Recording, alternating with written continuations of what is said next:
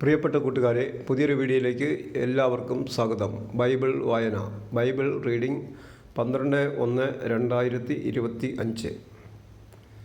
വിശുദ്ധ മത്തായിയുടെ സുവിശേഷം 12-ാം അധ്യായമാണ് ഇന്ന് വായിക്കുന്നത്. 28 അധ്യായങ്ങളുള്ള വിശുദ്ധ മത്തായിയുടെ സുവിശേഷം ജനുവരി 1-ാം തീയതി മുതൽ വായിച്ചു തുടങ്ങി ജനുവരി 28-ന് ഈ വായന പൂർത്തിയാകും എന്ന് പ്രതീക്ഷിക്കുന്നു. ഇന്ന് 12/1/2025. ഇന്ന് വായിക്കുന്നത് 12-ാം അധ്യായം. മത്തായി അധ്യായം 12. സാബത്തിനെക്കുറിച്ച് വിവാദം. അക്കാലത്ത് ഒരു സാബത്തിൽ യേശു ഗോതമ്പ് വയലിലൂടെ കടന്നു പോവുകയായിരുന്നു. അവൻ്റെ ശിഷ്യന്മാർക്ക് വിശന്നു. അവർ കതിരുകൾ പറിച്ചു തിന്നാൻ തുടങ്ങി. ഫരിസേയർ ഇത് കണ്ട് അവനോട് പറഞ്ഞു, നോക്കൂ, സാബത്തിൽ നിഷിദ്ധമായത് നിന്റെ ശിഷ്യന്മാർ ചെയ്യുന്നു. അവൻ പറഞ്ഞു, വിശന്നപ്പോൾ ദാവീദും അനുചരന്മാരും എന്താണ് ചെയ്തതെന്ന് നിങ്ങൾ വായിച്ചിട്ടില്ലേ? അവൻ ദൈവഭവനത്തിൽ പ്രവേശിച്ച് പുരോഹിതന്മാർക്കല്ലാതെ തനിക്കോ സഹചരന്മാർക്കോ ഭക്ഷിക്കാൻ അനുവാദമില്ലാത്ത കാഴ്ചയപ്പം ഭക്ഷിച്ചതെങ്ങനെ? അല്ലെങ്കിൽ സാബത്ത് ദിവസം ദേവാലയത്തിലെ പുരോഹിതന്മാർ സാബത്ത് ലംഘിക്കുകയും അതേസമയം കുറ്റമറ്റവരായി ഇരിക്കുകയും ചെയ്യുന്നതെങ്ങനെയെന്ന് നിങ്ങൾ നിയമത്തിൽ വായിച്ചിട്ടില്ലേ? എന്നാൽ ഞാൻ നിങ്ങളോട് പറയുന്നു, ദേവാലയത്തേക്കാൾ ശ്രേഷ്ഠമായ ഒന്ന് ഇവിടെയുണ്ട്.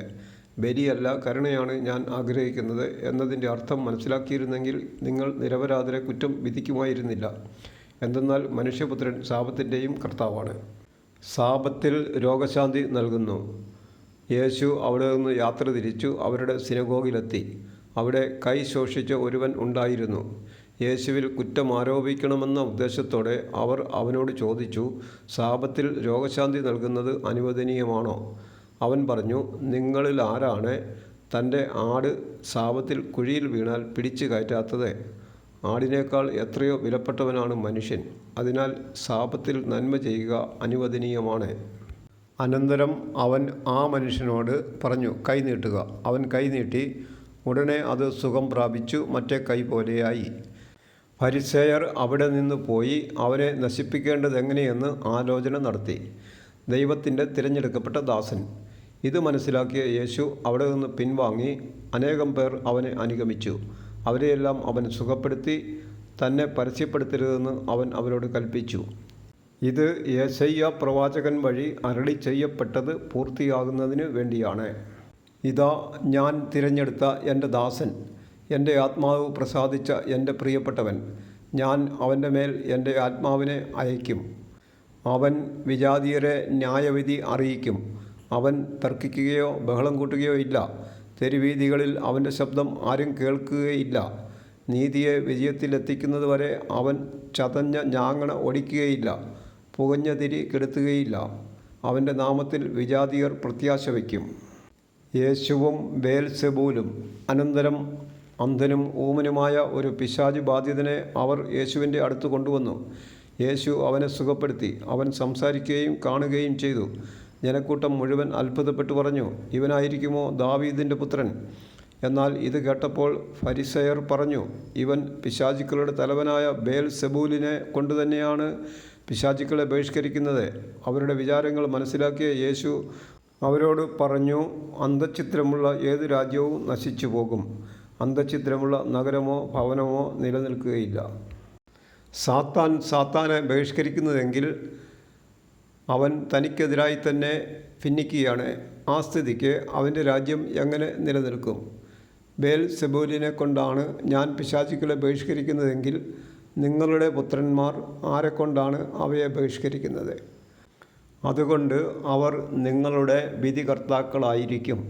എന്നാൽ ദൈവാത്മാവിനെ കൊണ്ടാണ് ഞാൻ പിശാചുക്കളെ ബഹിഷ്കരിക്കുന്നതെങ്കിൽ ദൈവരാജ്യം നിങ്ങളിൽ വന്നു കഴിഞ്ഞിരിക്കുന്നു. അഥവാ ശക്തനായ ഒരു മനുഷ്യൻ്റെ ഭവനത്തിൽ പ്രവേശിച്ച് വസ്തുക്കൾ കവർച്ച ചെയ്യാൻ ആദ്യം തന്നെ അവനെ ബന്ധിക്കാതെ സാധിക്കുമോ? ബന്ധിച്ചാൽ കവർച്ച ചെയ്യാൻ കഴിയും. എന്നോട് കൂടെയല്ലാത്തവൻ എൻ്റെ എതിരാളിയാണ്. എന്നോട് കൂടെ ശേഖരിക്കാത്തവൻ ചിതറിച്ചു കളയുന്നു. അതുകൊണ്ട് ഞാൻ നിങ്ങളോട് പറയുന്നു, മനുഷ്യൻ്റെ എല്ലാ പാപവും ദൈവദൂഷണവും ക്ഷമിക്കപ്പെടും. എന്നാൽ ആത്മാവിനെതിരായ ദൂഷണം ക്ഷമിക്കപ്പെടുകയില്ല.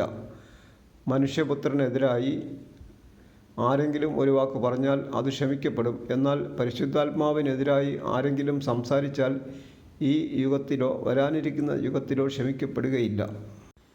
ഒന്നുകിൽ വൃക്ഷം നല്ലത്, ഫലവും നല്ലത്, അല്ലെങ്കിൽ വൃക്ഷം ചീത്ത, ഫലവും ചീത്ത. എന്തെന്നാൽ ഫലത്തിൽ നിന്നാണ് വൃക്ഷത്തെ മനസ്സിലാക്കുന്നത്. അണലി സന്തതികളെ, ദുഷ്ടരായിരിക്കെ നല്ല കാര്യങ്ങൾ പറയാൻ നിങ്ങൾക്ക് എങ്ങനെ കഴിയും? ഹൃദയത്തിൻ്റെ നിറവിൽ നിന്നാണല്ലോ അധരം സംസാരിക്കുന്നത്. നല്ല മനുഷ്യൻ നന്മയുടെ ഭണ്ഡാരത്തിൽ നിന്ന് നന്മ പുറപ്പെടുവിക്കുന്നു. ദുഷ്ടനാകട്ടെ തിന്മയുടെ ഭണ്ഡാരത്തിൽ നിന്ന് തിന്മ പുറപ്പെടുവിക്കുന്നു. ഞാൻ നിങ്ങളോട് പറയുന്നു, മനുഷ്യർ പറയുന്ന ഓരോ വ്യർത്ഥവാക്കിനും വിധി ദിവസത്തിൽ കണക്ക് കൊടുക്കേണ്ടി വരും. നിന്റെ വാക്കുകളാൽ നീ നീതീകരിക്കപ്പെടും, നിന്റെ വാക്കുകളാൽ നീ കുറ്റം വിധിക്കപ്പെടുകയും ചെയ്യും. യോനാ പ്രവാചകൻ്റെ അടയാളം.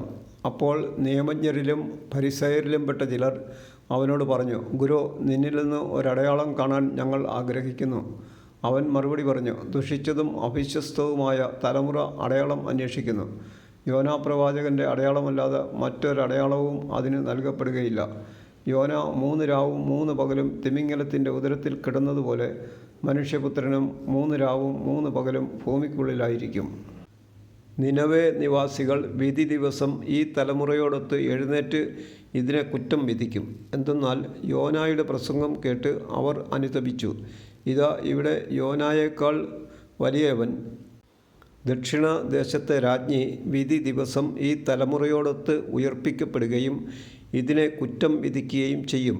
എന്തെന്നാൽ സോളമൻ്റെ വിജ്ഞാനം ശ്രവിക്കാൻ അവൾ ഭൂമിയുടെ അതിർത്തികളിൽ നിന്ന് വന്നെത്തി.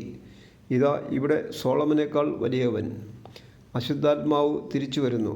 അശുദ്ധാത്മാവ് ഒരു മനുഷ്യനെ വിട്ടുപോകുമ്പോൾ അത് ആശ്വാസം തേടി വരണ്ട സ്ഥലങ്ങളിലൂടെ അലഞ്ഞു നടക്കുന്നു, എന്നാൽ കണ്ടെത്തുന്നില്ല. അപ്പോൾ അത് പറയുന്നു, ഞാൻ ഇറങ്ങിപ്പോന്ന എൻ്റെ ഭവനത്തിലേക്ക് തിരിച്ചു ചെല്ലും.